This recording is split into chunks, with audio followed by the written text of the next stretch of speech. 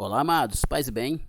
Eu sou Melquisedeque e estou aqui para os comentários da lição desta semana.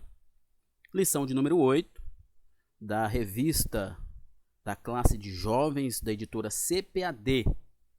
Nós estamos estudando nesse quarto trimestre de 2021 sobre escatologia, as últimas coisas. Você já estudou conosco até aqui assuntos como grande tribulação, o anticristo, bodas do cordeiro, o tribunal de Cristo e assim por diante. Hoje nós iremos estudar sobre a singularidade de Israel nos últimos dias. Nós sabemos que Israel é a nação eleita, e quando você estuda o Velho Testamento, especialmente os profetas, você percebe que Deus tem um plano final de restauração para Israel. E nós vamos, na lição de hoje, aprender um pouco mais sobre isso. Antes de nós começarmos com o nosso comentário, quero lembrar você que o obedemfoco.com disponibiliza para você uma série de conteúdos gratuitos. Se você está assistindo essa aula no YouTube, você também pode acessar o www.obedemfoco.com, que é a plataforma do Obed em Foco. E além dessa aula em vídeo, você tem aula em áudio, cursos para educadores cristãos e aula em PDF, tudo de forma gratuita. Então acessa www.obedemfoco.com e confira. Se você ainda não é assinante e quer ser assinante, nós temos também o conteúdo premium. Se você já é assinante, você já tem acesso a esse conteúdo premium, que são os slides em PowerPoint, que são slides editáveis, né? Que tem muitos slides por aí que eles não são editáveis. Esses são editáveis, coloridos, que você pode fazer a modificação que você quiser para a sua aula. Nós temos também os cursos diversos, estudos e sermões em PDF e curso básico em teologia. Acesse o www.obedemfoco.com e confira. Você também pode receber subsídios gratuitos pelo WhatsApp, né? Salve esse número e envie uma mensagem com seu nome e sobrenome. O número é 94, é o DDD, você não pode esquecer. 98409-2869.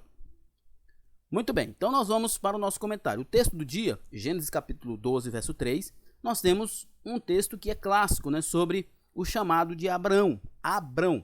Se por acaso eu falar Abraão, os irmãos não estranhem, né, porque a conexão é a mesma, né? Abrão e Abraão. E abençoarei os que te abençoarem, e amaldiçoarei os que te amaldiçoarem. E em ti serão benditas todas as famílias da terra. Nós temos aqui uma promessa. Uma promessa que é para Israel e uma promessa que é para todas as famílias da terra. Deus diz, ó, eu irei te abençoar. E eu irei te proteger de modo que aquelas pessoas que te ameaçarem, eu vou castigá-las. E em ti serão benditas todas as famílias da terra. No Novo Testamento nós entendemos que essa promessa, em ti serão benditas todas as famílias da terra, é através do descendente, como diz Paulo, do descendente de Abraão, que é o Cristo. A síntese diz o seguinte: Israel é a menina dos olhos de Deus, para quem foram feitas promessas inefáveis. Deus ainda tem um plano com o seu povo. Como eu disse, quando você estuda os profetas menores, você percebe que Deus tem um plano para Israel no fim dos tempos. O texto bíblico se encontra em Salmos, no capítulo 89, no Salmo de número 89, né? Desculpe, porque Salmo não tem capítulo, né? Os Salmos é uma coletânea de canções. Então, é o Salmo de número 89, os versos 29 a 34. Eu não vou me deter no texto por uma questão de tempo, mas é óbvio, eu acredito que você, professor especialmente, já tenha ou esteja assistindo essa aula, mas com a sua Bíblia aberta no Salmo 89. Vamos lá. Eu quero lembrar você, se você achar que essa aula vai ficar um pouco curta, mas é porque essa lição realmente era um pouco curta, tá? E são assuntos que não tem muita aplicação. Então, ela provavelmente não vai passar aí de 35 minutos, mas vamos lá. Nossa introdução. Deus escolheu os israelitas com um propósito. Em todo o Antigo Testamento, podemos ver a trajetória desse povo desde os primórdios. Prospera abundantemente, mas que também sofre perseguições e tentativas de extermínio. Então, nós sabemos, né, existem muitas críticas por parte daqueles que não gostam da Bíblia, que não gostam de Deus, sobre por que Deus escolheu a nação de Israel como um povo particular. Mas vamos lá, nós vamos aprender isso hoje. Hoje estudaremos as promessas e propósitos de Deus para a nação de Israel que se cumprirão no futuro. Durante toda a trajetória de Israel, Deus tem se manifestado no meio desse povo. E nós sabemos que também Deus tem um propósito para o futuro de Israel. Como eu disse, nós vemos isso nos profetas. Nosso primeiro tópico, né? O plano divino para Israel. O plano divino para Israel, porque Deus escolheu Israel. Um povo escolhido. Deus escolheu, chamou Abrão e ordenou que ele saísse de sua terra, do meio da sua parentela, para uma terra que ele lhe mostraria. Nós temos aqui o chamado de Abraão. Como nós sabemos, o chamado de Abraão, né, como eu disse lá no início, se eu falar Abraão, os irmãos não estranhem. Porque fica chato, a gente fala Abraão, vão ficar só no Abraão mesmo, apesar de nesse momento do chamado, ele ainda ser Abrão. Mas vamos lá. Nós temos aqui o chamado de Abrão, que Deus chamou ele da terra dos seus parentes, lá de Ur dos Caldeus, para que ele saísse e fosse obedecendo à vontade de Deus pela fé, sem saber o que exatamente era. Deus diz, eu vou te conduzir para uma terra, eu vou te dar uma terra, mas eu ainda vou lhe mostrar essa terra. Então, Abrão, ele saiu do meio da sua parentela, obedecendo a voz de Deus pela fé. Por isso que Abraão, né, posteriormente chamado Abraão, ou Abrão mesmo, é chamado de o nosso pai na fé, porque Deus o ordenou que saísse e fosse e obedecesse na fé de que Deus iria preparar o melhor para ele. Posteriormente, o Senhor fez uma promessa ao patriarca: far-te-ei uma grande nação e abençoar-te-ei e engrandecerei o teu nome e tu serás uma bênção. Nós vemos aqui no verso 2 do capítulo 12 que Deus diz, tu serás uma bênção. No verso 3 do capítulo 12 ele diz, em ti serão benditas todas as nações. Então vamos lá.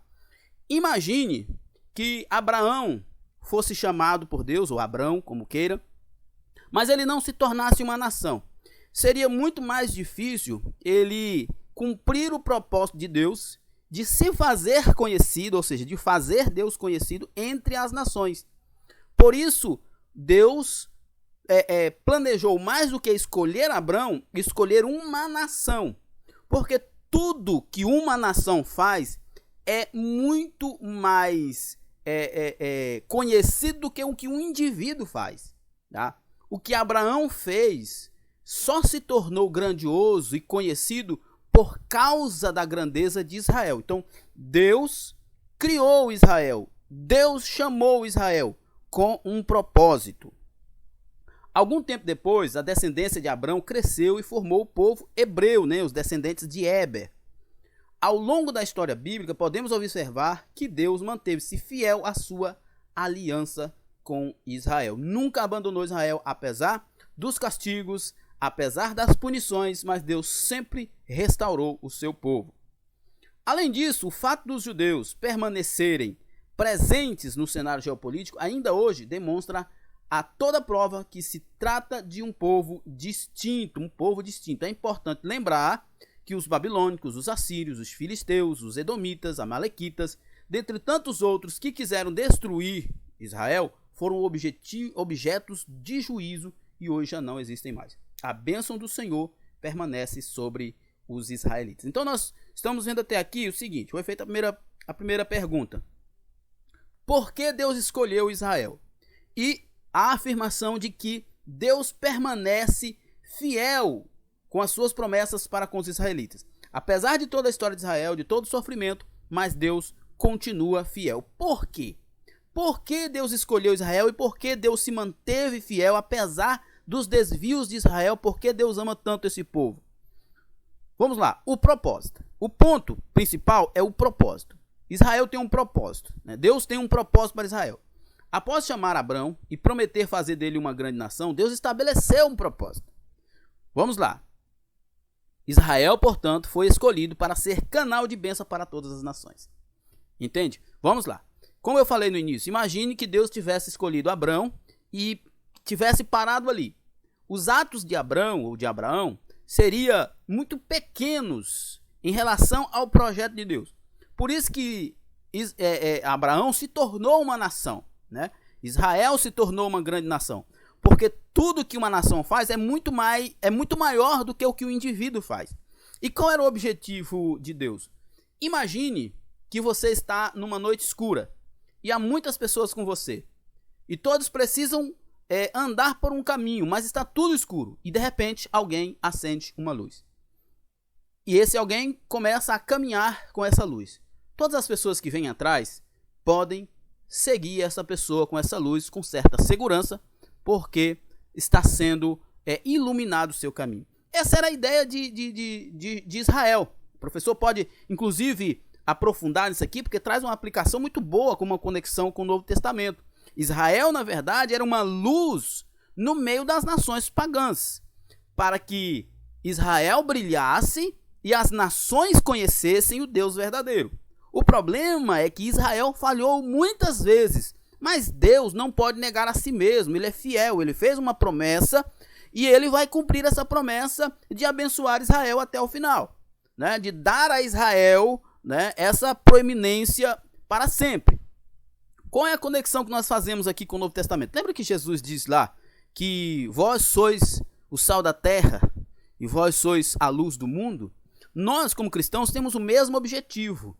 A igreja como comunidade, mas também o cristão como indivíduo tem a responsabilidade de brilhar em meio a um mundo de trevas, para que Deus, o nosso Pai, seja conhecido e seja adorado.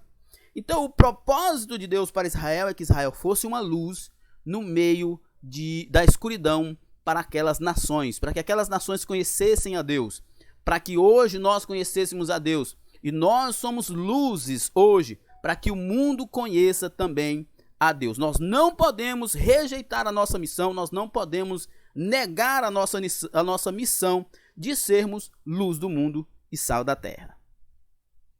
Por intermédio de Israel, todos os povos da terra iriam conhecer o Todo-Poderoso. Esse era o propósito.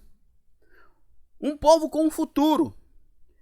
O futuro glorioso de Israel é uma certeza profética. Eu já disse sobre isso, eu fiz um estudo sobre os profetas menores e nós vemos isso de forma muito clara. Deus sempre falando através dos profetas que Israel, no final dessa história humana, ele será restaurado. Podemos observar esta esperança nas Escrituras ao considerarmos as promessas feitas aos patriarcas, ao rei Davi e também aos profetas, né? Deus planejou para Israel um futuro glorioso. Nós olhamos as profecias numa perspectiva imediata, que foi a perspectiva para o profeta, para os dias dos profetas, mas também para uma perspectiva posterior. Você lembra que Israel foi destruído várias vezes? Foi destruído no ano 70 e Israel voltou a ser nação novamente. E isso certamente é um propósito divino. Essa esperança também está implícita nas palavras de Jesus quando inquirido pelos discípulos sobre o momento em que restauraria o reino a Israel. O mestre disse que não lhes competia saber aquela informação deixada subentendida, deixando subentendido que tal fato aconteceria no futuro. E disse-lhe: não vos pertence saber os tempos ou as estações que o Pai estabeleceu pelo seu próprio poder. Ou seja, os discípulos ainda estavam preocupados com a restauração de Israel. Parece que os discípulos estavam pensando, olha, se o Messias veio e não restaurou Israel, então o que vai acontecer? Aí Jesus diz, olha, a missão de vocês é pregar o evangelho. Deus já determinou que Israel será restaurado. O tempo que isso vai acontecer não compete a vocês saber, é só Deus. Para nós fica essa lição também como discípulo de Cristo. A nossa responsabilidade é pregar o evangelho. Tem muita gente que tem medo de estudar escatologia por causa do esclarecimento de algumas situações, né? Da grande tribulação, do anticristo. Mas olha, isso não nos deve causar temor, no sentido de medo, de pânico. Deve nos causar temor para que nós vivamos uma vida obediente, uma vida santa diante de Deus. Porque o que acontece? O que acontece é que o inimigo já está vencido. O que acontece? É que nós já somos vitoriosos em Cristo. O que acontece? É que a nossa responsabilidade é pregar o evangelho, não é se preocupar com aquilo ou com o momento em que essas coisas vão acontecer. Lembra que eu falei na lição passada que muita gente fica especulando quem será o anticristo, de onde ele virá, quando que ele virá? Olha, isso não nos compete. Nos compete estarmos firmes, fiéis a Cristo. Também vemos esse tema nos escritos de Paulo.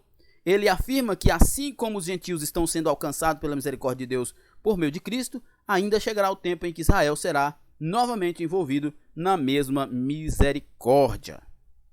Segundo tópico, juízo e redenção para Israel. O tempo de angústia para Jacó. A grande tribulação será um tempo de angústia, né? Com essas palavras, Deus anunciava pelo profeta Jeremias como seria o tempo da grande tribulação para os judeus. O que Jeremias diz?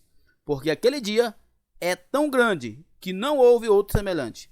E é tempo de angústia para Jacó. Ele, porém, será salvo. Entende que eu falei? Que os profetas dizem que haverá um tempo de juízo, mas também haverá um tempo de restauração para Israel. Segundo o pastor Antônio Gilberto, na obra O Calendário da Profecia, a grande tribulação visa em primeiro plano os judeus, mas o mundo todo sofrerá também. Deus entrará em juízo com seu antigo povo para expurgá-lo e levá-lo ao arrependimento e conversão, né? Isso porque nós temos aqui duas perspectivas. Na perspectiva dispensacionalista, nós entendemos que há uma separação do trato de Deus com Israel e com a igreja. Para os aliancistas, eles não entendem assim, né? Mas nosso objetivo aqui é falar sobre a perspectiva dispensacionalista. Então, como a concepção dispensacionalista afirma, Deus trata com Israel de uma forma e com a igreja de hoje. Então, a igreja não estará nesse momento da grande tribulação, e especialmente porque o objetivo de Deus é tratar com Israel e, consequentemente, com todas as nações que não aceitaram a Jesus também naquele momento. Ninguém deve estranhar esse sofrimento nacional necessário para os judeus, tantas vezes já vivido e ao longo da história, sempre como reação de Deus às decisões equivocadas dos filhos de Deus. Como nós vemos no slide aqui, o povo adorando um bezerro de ouro. Muitas vezes Israel foi punido, muitas vezes Israel foi castigado por Deus por causa de sua idolatria, por causa da sua aversão às coisas de Deus, por causa da sua rejeição à obediência à lei de Deus. Essa tribulação derradeira, porém, será a mais dramática e angustiante de todas, como já anunciou o profeta Malaquias. Capítulo 4, verso 1 de Malaquias diz: porque eis que aquele dia vem ardendo como fornalha. Todos os soberbos e todos os que cometem impiedade serão como a palha. E o dia que está para vir os abrasará, ou seja, os queimará, diz o Senhor dos Exércitos, de sorte que não lhes deixará nem raiz, nem ramo, ou seja, nenhum vestígio, nenhuma descendência. Durante a grande tribulação, após um período de 3 anos e meio de aparente harmonia, nós falamos isso na aula passada, que você quiser aprofundar um pouco mais, volta na aula passada, haverá um rompimento entre a besta, né, e o povo de Israel, pois ela porá uma imagem sua no templo de Jerusalém, né? O período da grande tribulação, Israel estará presente, passando por essa grande tribulação, porque esse dia é chamado de o dia de Jacó, né, da angústia de Jacó. Haverá ali personagens específicas, né, como o anticristo, o falso profeta e a besta, enfim, essa tríade maligna estará no mundo nesse momento. Israel estará debaixo do jugo deles, mas Deus ainda tem um plano para o seu povo, né?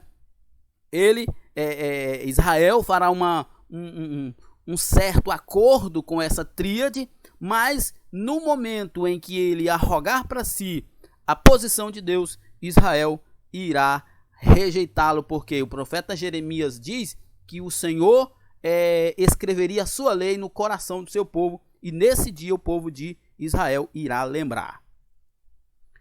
E após isso, ela manifestará o seu caráter diabólico e começará uma efetiva perseguição contra os judeus, né? Nós vemos isso em Daniel 27, Daniel 9, melhor dizendo, Mateus 24 e 2 Tessalonicenses 2 e Apocalipse 11. Diante de um ataque ferrenho, Israel compreenderá que estará à beira da extinção, mas esse não será o fim, pois os judeus clamarão pela vinda do Messias prometido, o qual os ouvirá e virá em socorro. Então, vamos colocar as coisas na cronologia, né? Que, aliás, se você ainda não tem, você pode comprar o livro que nós escrevemos, né? O Herberson, o Vitor, o Natan e eu, nós escrevemos o Fim dos Tempos, né? Entendendo a perspectiva dispensacionalista das últimas coisas, que é um livro muito legal. E aqui, você vai poder entender melhor lá. Israel estará sob ataque e o Messias virá e salvará, socorrerá Israel. Mas quando é que esse Messias virá? Porque ele não virá para buscar a igreja. Como é que vai ser? Então, o que acontece? A concepção dispensacionalista afirma que a vinda de Jesus será em duas fases. A primeira fase é uma vinda para a igreja, que arrebatará a igreja, né, a famosa parousia, né, que outros teólogos, né, outras visões escatológicas vão discordar. Mas, enfim, nós estamos dentro do contexto dispensacionalista. Que será um rapto, uma espécie de rapto, né, que a igreja vai ser levada, Jesus não aparecerá para o mundo, apenas a igreja o virá quando o encontrar. O mundo só vai saber disso porque sentirá a falta dos cristãos. Mas após a grande tribulação, quando Israel estiver na iminência de ser destruído pelo anticristo, pelas suas hostes, Jesus virá. Aí ele virá para todos verem. Ele socorrerá Israel, salvará Israel, vencerá o mal, julgará as nações que estavam contra Israel e então instaurará o reino milenar. Estude isso no livro, adquira o livro, vamos deixar aqui o link do livro, o link da editora para você comprar e aprender mais sobre esse conteúdo. O tempo da vitória de Jacó.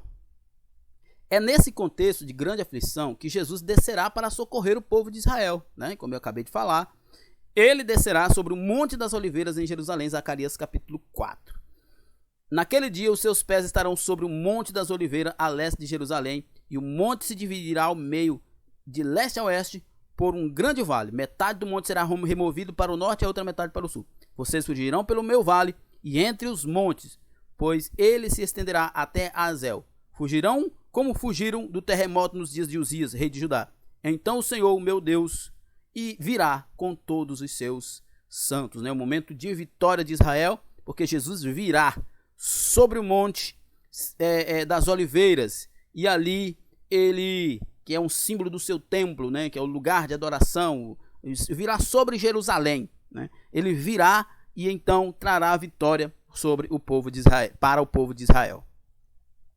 As escrituras sagradas afirmam que todas as nações vão se unir para pelejar contra Jerusalém. Então, o anticristo, nós falamos isso na aula passada, ele será o governo do mundo nessa época, né? E nós não, né? O mundo estará num momento de governo mundial, de um governo mundial. Então, o anticristo oferecerá aquilo que as nações precisam para viver, e Israel, naquele momento, que a metade desse tempo romperá com o anticristo, e então o anticristo convencerá essas nações a irem à guerra contra Israel, contra Jerusalém, e vai ser no momento dessa guerra que Israel estará sucumbindo, que mais uma vez Jesus intervirá e salvará o seu povo.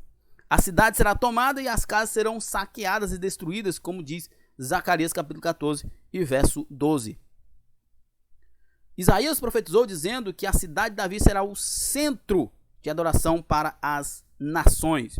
No milênio, ela será a sede do governo do Messias sobre as nações, o qual trará paz sobre todo o mundo. Então, no milênio, né, nós temos lições sobre o milênio, e nós temos também o livro que a gente escreveu que fala sobre o milênio, que inclusive eu escrevi sobre o milênio. Você adquirindo o livro, você vai estudar sobre, você vai aprender. No milênio, Deus cumprirá as promessas de grandeza para Israel, né? Jerusalém será a capital do mundo. Todas as nações que não serviram a besta, que não serviram ao anticristo, que quando Jesus chegou para livrar Israel, estava do lado de Israel, estas nações entrarão no milênio com Cristo. E aí aqui diz o texto de Isaías, capítulo 2, verso 2, o seguinte: nos últimos dias o monte do templo do Senhor será estabelecido como principal. Ou seja, Jerusalém será a capital do mundo e o templo do Senhor será o lugar, né, aonde todas as nações correrão para ela. Ou seja, as nações no milênio adorarão aquele que estará em Jerusalém. O tempo da glorificação de Jacó. Enquanto nação, Israel não creu em Jesus como Cristo. Entretanto, nesses últimos dias, haverá um remanescente judaico que reconhecerá Jesus como seu Messias Redentor prometido e em escala nacional. Todos o aceitarão chorando. Nesse momento que ele diz aqui, nesses últimos dias, é nos últimos momentos da grande tribulação. Naquele momento, eles reconhecerão Jesus e o aceitarão como Cristo Salvador. Israel será salvo pelo Senhor, o qual destruirá seus inimigos e exaltará Jerusalém sobre todas as cidades da terra. Como eu acabei de dizer, que o profeta Zacarias fala, Jerusalém será o centro e todas as nações irão para lá adorar. Porque a lei estará sendo ensinada lá, porque quando fala que a lei virá de Jerusalém, é porque o que é de Cristo, Cristo estará lá, então todas as ordenanças, todas as bênçãos virão de Jesus, de Jerusalém. Terceiro tópico, oremos por Israel. Aliás, orar por Israel é um mandamento, né? Nós vemos isso na Bíblia. Deus pede que oremos por Israel. O pedido de Deus, né? O salmista Davi, inspirado pelo Espírito Santo, pediu que orássemos pela paz de Jerusalém. Nós vimos isso no Salmo 122. Em Jerusalém, o Senhor Jesus, ao ver a cidade, chorou e disse, se tu conhecesse também, ao menos nesse dia, o que a tua paz pertence. Lucas 19:42. Jesus pede que oremos por Israel, né? Nós já falamos um pouco isso, porque o contexto do primeiro slide também era assim. No sermão profético, Jesus pediu oração para que a fuga dos judeus às vésperas da batalha do Armagedon não acontecesse na estação do inverno e que esse dia específico não fosse no sábado. Volto a lembrar você, depende da perspectiva aqui para entender esse versículo, né? Os aliancistas, né, vão entender que isso aqui aconteceu no ano 70. Né? No ano 70, quando Jerusalém foi destruído por Tito. Mas os dispensacionalistas vão entender que isso aqui ainda acontecerá no dia da grande batalha.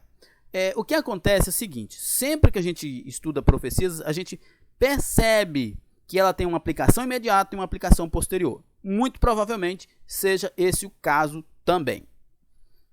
É da vontade de Deus que oremos por Israel. Muitos criticam, acusam, hostilizam e odeiam os judeus, demonstrando um sentimento antissemita. Contudo, o crente deve amar e orar diariamente pela paz de Israel. Vamos lá.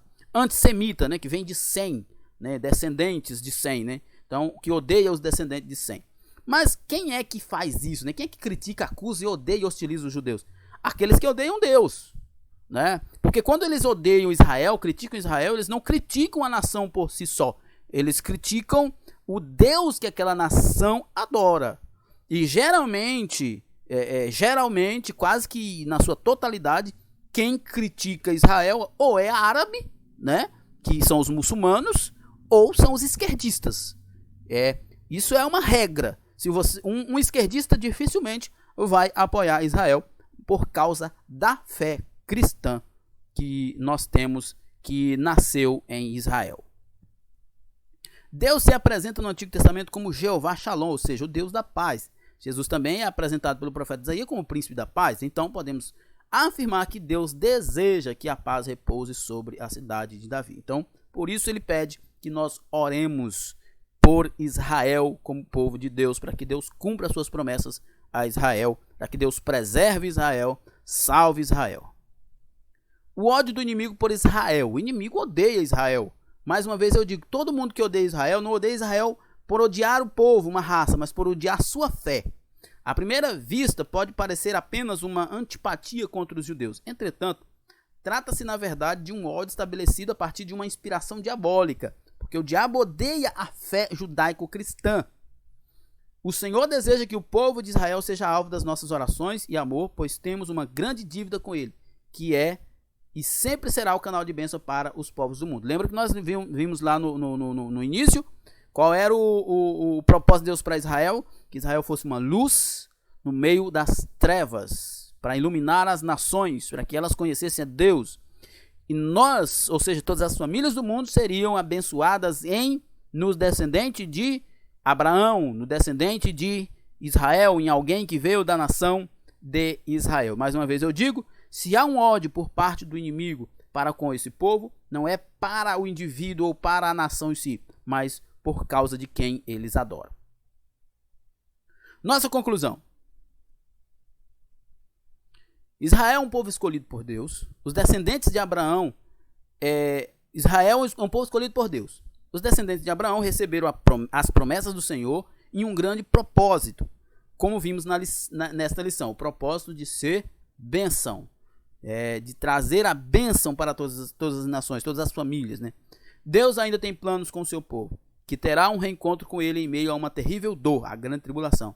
O Altíssimo completará a sua obra com o povo de Israel, restaurando como os profetas sempre falaram.